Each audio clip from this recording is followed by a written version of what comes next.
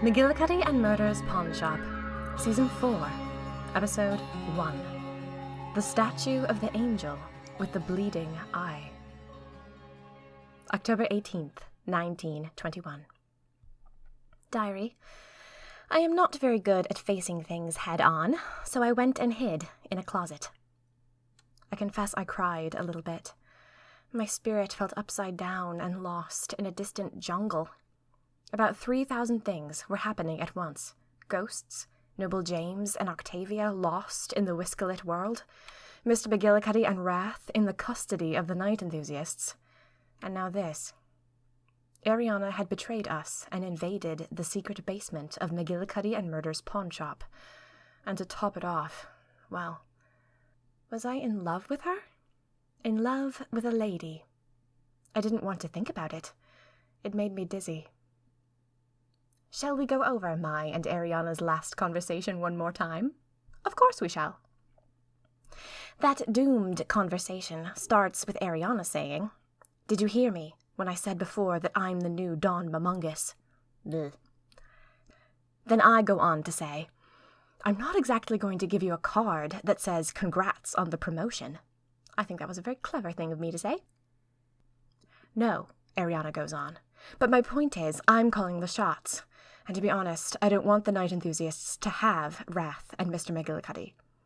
They'll torture them for information, but I want to be the only source of information. I need them to rely on me. If you promise to do it quietly, I'll tell you where we've hidden the night enthusiast prison." Diary, that still gives me a shiver in the depths of my stomach. "You would do that," I'd said. "It's in the theater where Don Mamungus works," Ariana had said. "It's in the statue of the angel with the bleeding eye." "Ariana," I'd said, "is that really where it is?" "I don't know." And she repeats this phrase again and again into my heart. "Can you trust me?" So, there I was, crying in a closet of the secret basement of McGillicuddy and Murder's pawn shop, too frightened to get up and leave. I know that I have so many things to be afraid of, Diary, but I think that I am most afraid of the possibility of being in love. The terror of it makes me sick. I told myself as I sat there huddled in the dark that I was a crazy person, that I didn't love a woman. What was I talking about? I had gone mad in the shock of the moment. She was my friend, absolutely, and seeing her here as my enemy, the only person who had betrayed my pawn shop and made us all outcasts, well, it blew my emotions out of proportion. At the end of the day, this is why I am so anxious, ready to vomit, and also spinning with a kind of far-off euphoria. I am in love with a woman. It's 1921. I am not sure if I'm supposed to hate myself for that, or not. I don't have time to deal with strange internal revelations, on top of everything else that is happening to me. I mean, for crying out loud, Diary, half an hour ago a ghost appeared in front of me and told me I had to return all the ghosts to their bodies. Ugh. Then I come to the secret basement of the pawn shop to sneak around, despite it having been recently conquered by night enthusiasts, and I run into Ariana, the new leader, apparently, while Don Mamungus remains locked up in our prison. I knew that I had to get out of the secret basement. In another minute, a night enthusiast would open this closet door in search of some cheese, and then where would I be? My hands shaking, I drew the symbol of an eye on the wall with Mara's magic jelly, touched it, and teleported back into the haunted house. When I arrived, things smelled like buttered toast. I stood in a narrow, dark wood hallway, and from that vantage point, 6 or 7 doors opened, and people milled this way or darted that way. The house was so full. There were people everywhere, and I might be the very thing I'd always been taught was evil and perverted, and I didn't know what to do, and oh, for heaven's sake, why did there have to be so many people? This would never do. I had to get away from all the people. I turned and fled up a back staircase, and on my way, I ran into Rupert. "Hello, Maud," Rupert said cheerfully. I've been checking the house for other indications of ghosts. It's very fascinating, don't you think, that the house is haunted? I think there's probably a scientific explanation somewhere. Rupert can sometimes be obtuse, but he is not heartless. He finally realized that I was the color of a swamp. "Maud," he gasped, "are you all right? You look awful. You look like you've seen a ghost." We both paused and looked at each other. Rupert started sniggering, as if he couldn't help it. Suddenly, even though I hadn't intended to, I started laughing too. I let out a giant peal, like the bleat of a goat, and then I sat down on the steps. Rupert sat down next to me, and we laughed off some of the terror and stress of the last 24 hours. I haven't spent eons of time with Rupert yet, but I suddenly realized he was exactly who I needed. Pedantic and loyal and logical, to a fault. "Rupert," I said, "can you fetch Scotland and meet me in the attic? I have something I need to discuss." "Just us two?" Rupert said, with a frown. Then he seemed to realize that he was being welcomed into a secret. He beamed, then started vibrating like an eager bumblebee. "I'll fetch her right now. And, I say, do you need anything? You still look ill." "Water, maybe?" I said, "but I can get some from a tap in the bathroom." Rupert shook his head. "No, I'll get you some. Go to the attic. Scotland and I will be there at once." I grinned quietly to myself as Rupert walked away. Then, still quivering inside, I climbed the staircase and made my way to the attic. As I climbed, Ariana's face kept popping into my head and heart. So did my own. So did Noble's. I felt dizzy with too many life revelations, and to make it worse, I didn't want to have any life revelations right now. I found them improper and pushy, when I was just trying to have a straightforward adventure. It must have taken Rupert about 10 minutes to find Scotland, fetch me a glass of water — he also brought me an apple — and come up to the attic, but it felt like 30 seconds. I could have married Scotland in that moment, because she didn't even speak to me. She just knelt in front of me and checked my pulse with a quiet expression. "Are you feeling better, Maud?" she said, after she'd peeped into my eyeballs. "Yes," I said, "but I can't think straight. I need both of you to help me sort something. I'm all emotions from here to the moon, and I can't be logical right now." I do believe Rupert straightened his collar. "Tell us what happened," Scotland said. So I did. I explained how Ariana had tricked us and left Octavia, lost and alone, in the cave of the Whiskalits. I explained how Ariana was the new leader and how she wanted the night enthusiasts to be dependent on her. Or, so she claimed. She claimed she wanted us to rescue Wrath and Mr. McGillicuddy so that all the information, all the insight into the pawn shop, would have to come through Ariana's expertise alone. "So, I'm very emotional," I said.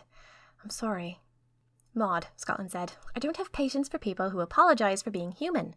You're completely all right. You've had a shock." Yes, and Scotland only knew about one of the shocks. "Do you think we should try it?" I said. "I know that time is of the essence, and I'm paralyzed by the pressure of that. We need to get Wrath and Mr. McGillicuddy out as soon as possible. I just can't ascertain whether or not this is a trap. Is she lying to me?" "It is perplexing," Rupert said. "I agree," Scotland said. "This could be the perfect way to trap you, Maud. I mean, if Ariana wants to get into the good graces of the night enthusiasts and be a leader they all revere, well, handing over Melinda Maudie Merkel, the magic unusual who can break spells with a single wish, they'd be in her debt forever." "If she wanted me," I said. I paused. My mouth felt dry and my heart thumped. If she wanted to just hand me over to them, then why not scream when I appeared in front of her in the secret basement? Why not cast a spell on me in that moment? Scotland breathed out. "What I don't know is whether or not half of her heart is still friends with you. She took over your secret basement, but she let you go when she found you in it, and she seems to want to give you your leader back.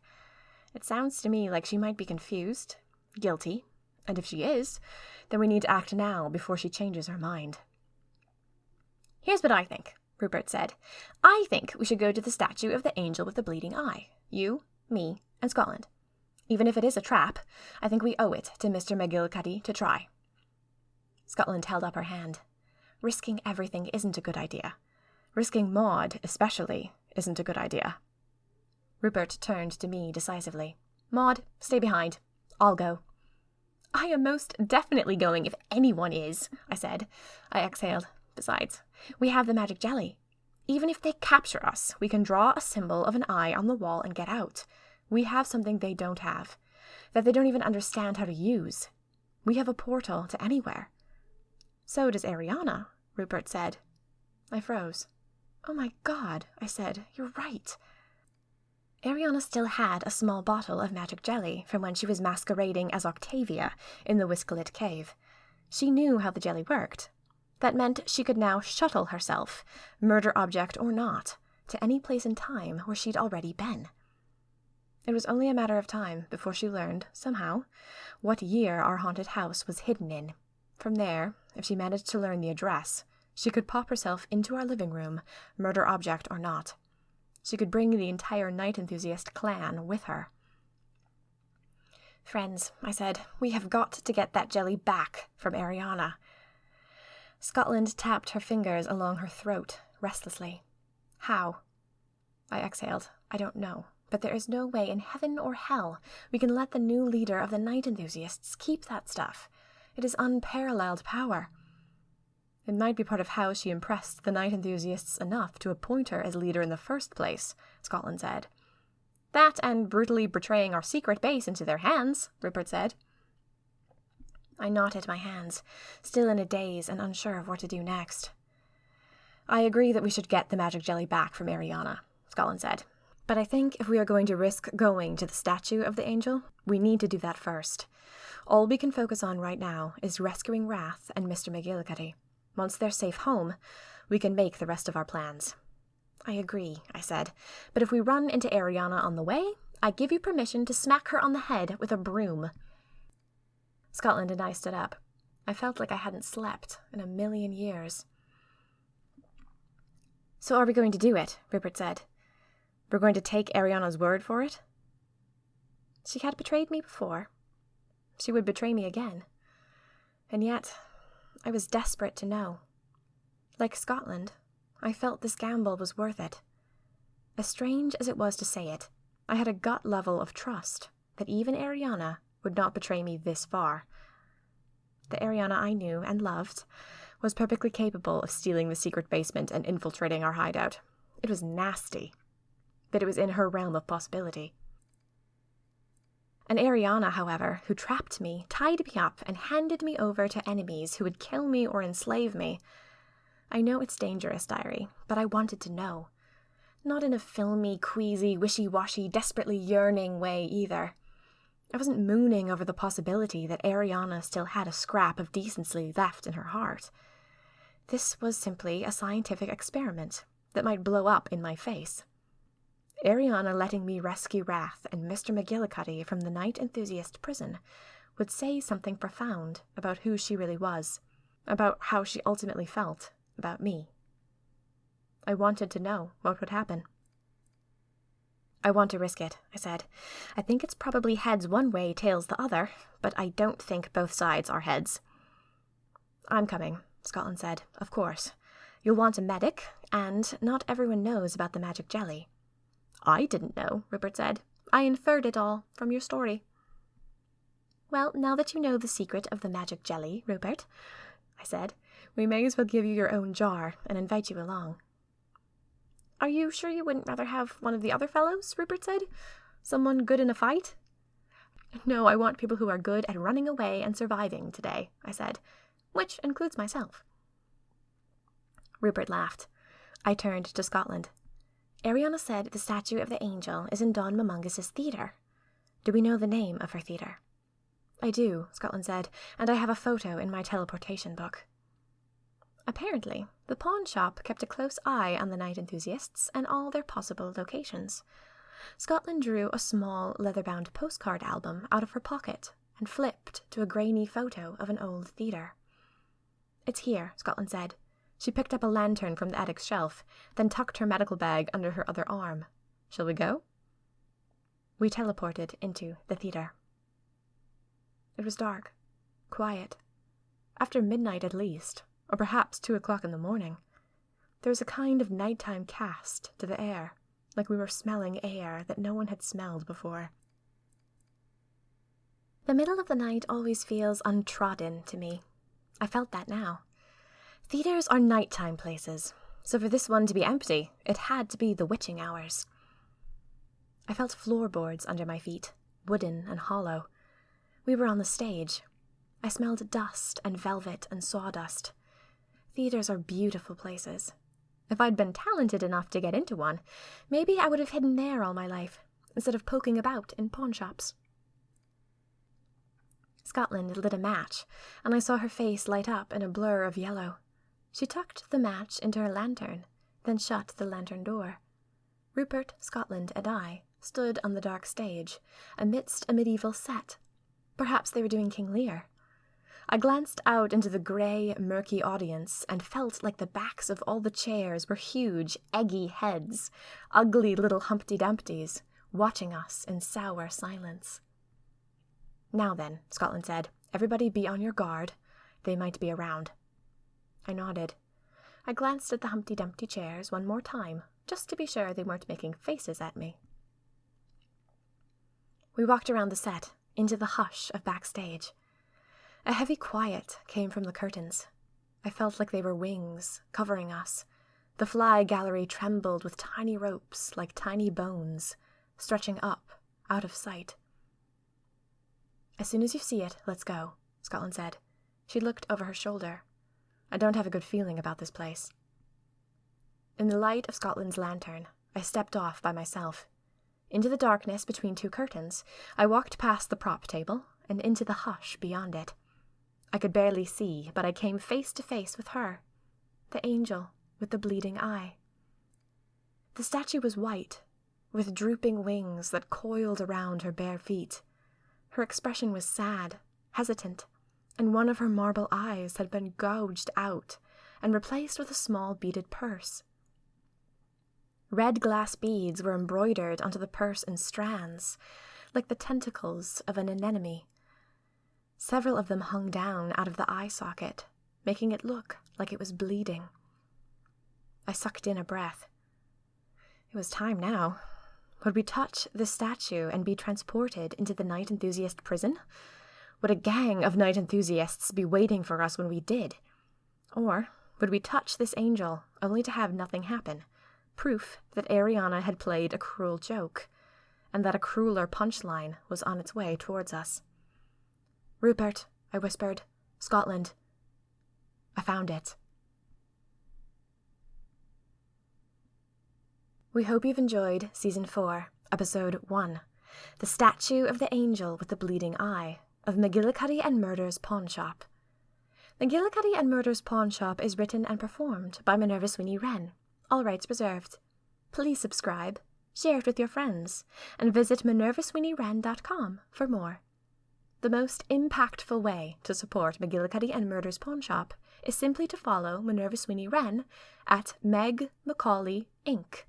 on Instagram and Twitter.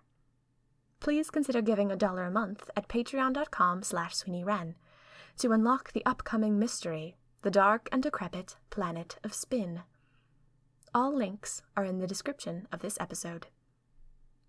McGillicuddy and Murder's Pawnshop will continue in 2 weeks with Season 4, Episode 2, Blood and Remorse.